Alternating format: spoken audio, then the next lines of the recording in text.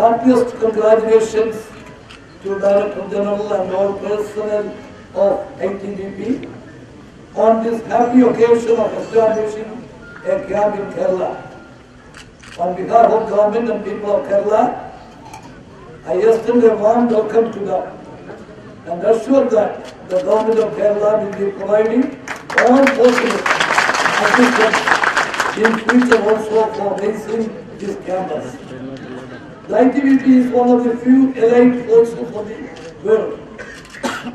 We all sleep peacefully because of simply at the border is alert.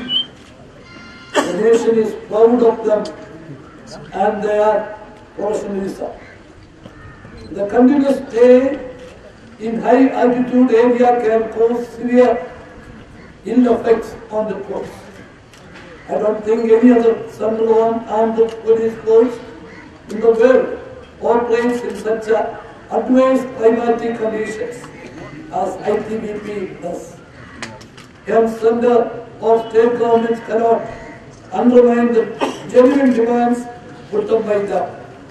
This was at the back of my mind when ITBP approached us with a request to provide land to establish a camp in Kerala.